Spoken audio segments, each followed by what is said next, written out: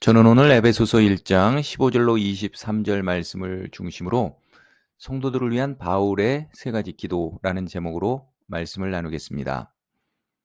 이로 말미암아 주 예수 안에서 너희 믿음과 모든 성도를 향한 사랑을 나도 듣고 내가 기도할 때 기억하며 너희로 말미암아 감사하기를 그치지 아니하고 우리 주 예수 그리스도의 하나님 영광의 아버지께서 지혜와 계시의 영을 너희에게 주사 하나님을 알게 하시고 너희 마음의 눈을 밝히사 그의 부르심의 소망이 무엇이며 성도 안에서 그 기업의 영광의 풍성함이 무엇이며 그의 힘의 위력으로 역사하심을 따라 믿는 우리에게 베푸신 능력의 지극히 크심이 어떠한 것을 너희로 알게 하시기를 구하노라.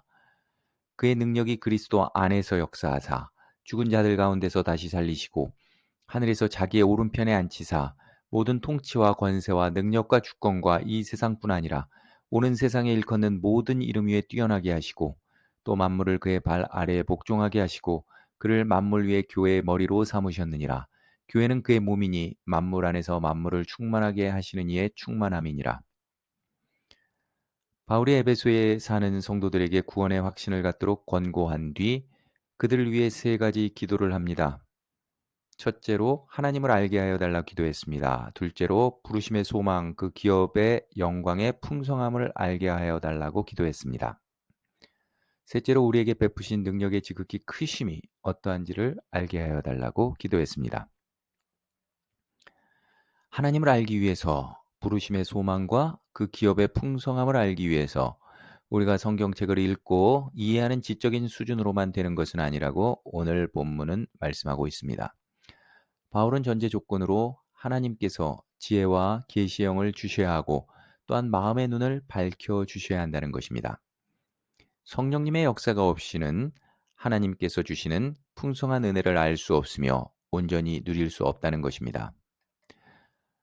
바울은 자신처럼 에베소 성도들이 또한 우리들이 하나님의 풍성한 은혜를 알고 누리고 살기를 원하여 간절히 하나님께 기도하고 있습니다. 구원받은 성도들은 구원으로 만족하는 것이 아니라 더욱 풍성한 은혜를 누리고 살기 위해서 바울의 기도 세 가지를 구체적으로 살펴보아야 합니다. 첫째로 17절에 우리 주 예수 그리스도의 하나님 영광의 아버지께서 지혜와 계시의 영을 너에게 주사 하나님을 알게 하시고 라고 말씀하고 있습니다. 구원받은 성도는 하나님을 잘 알아가야 합니다. 알다는 그리고로 에피기노스크입니다. 이 단어는 완전 식별하다, 전적으로 알게 되다, 인정하다 라는 뜻을 갖고 있습니다. 지혜와 계시의 영인 성령님을 통해 성경을 해석하지 않으면 하나님을 완전 식별하고 전적으로 알아가고 인정할 수 없습니다. 오직 성령님께서 역사하셔야 성경을 바로 해석하고 하나님을 바로 알아갈 수 있습니다. 홍해가 갈라지는 큰 기적을 체험한 아론과 이스라엘 백성들조차 하나님을 제대로 식별하지 못하여 금송아지를 섬겼습니다. 아무리 큰 기적을 체험한 성도라고 하더라도 항상 겸손하게 성령님을 의지하며 성경을 읽고 해석해야 하나님을 제대로 식별하고 전적으로 알아갈 수 있습니다. 하나님을 아는 것이 얼마나 중요하면 바울의 첫 기도 제목이겠습니까? 호세아 선지자도 하나님을 힘써 알아가야 한다고 선포했습니다. 호세아 6장 3절 말씀입니다.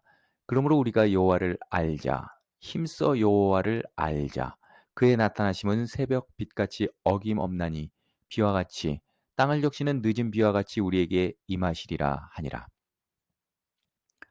둘째로 18절에 너희 마음의 눈을 밝히사 그의 부르심의 소망이 무엇이며 성도 안에서 그 기업의 영광의 풍성함이 무엇이며 라고 말씀하고 있습니다. 먼저 마음의 눈을 밝혀 주셔야 깨닫는데 이것 또한 성령님의 역사입니다. 성령님을 의지하여 성경을 묵상할 때 머리가 아니라 마음의 눈으로 성경을 이해할 수 있습니다. 예수님을 믿고 어떤 성도님들은 앞을 향해 전진하는 신앙생활을 하지만 또 다른 성도님들은 제자리에서 맴도는 정체된 신앙생활을 합니다. 그 차이는 소망이 있느냐 없느냐의 차이입니다. 그래서 바울은 하나님의 부르심의 소망이 무엇인지를 알게 해달라고 기도했습니다. 소망과 기업은 연결되어 있습니다. 우리가 단지 구원받아 하나님의 자녀가 된 정도가 아니라 하나님의 기업이 되었다는 사실을 알아야 합니다. 하나님은 창세 전부터 예비하신 거대한 하나님의 계획을 우리와 나누기를 원하십니다.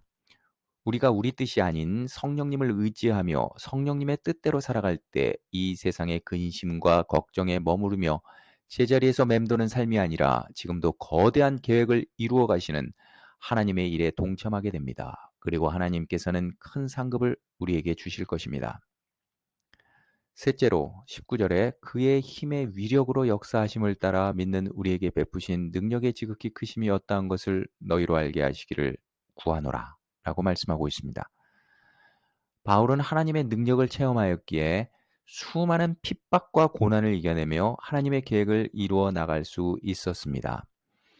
구원받은 성도들이 하나님의 능력을 모른다면 하나님의 계획에 동참하여 영적 군사로서의 선한 싸움을 싸울 수 없습니다.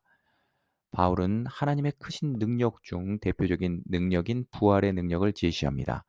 모든 사람들이 가장 두려워하며 언젠가 예외 없이 맞닥뜨릴 수밖에 없는 것은 죽음입니다. 부활의 능력을 확실히 믿는다면 세상에 두려울 것이 뭐가 있겠습니까? 20절 말씀입니다. 그의 능력이 그리스도 안에서 역사하사 죽은 자들 가운데서 다시 살리시고 하늘에서 자기의 오른편에 앉히사라고 말씀하고 있습니다.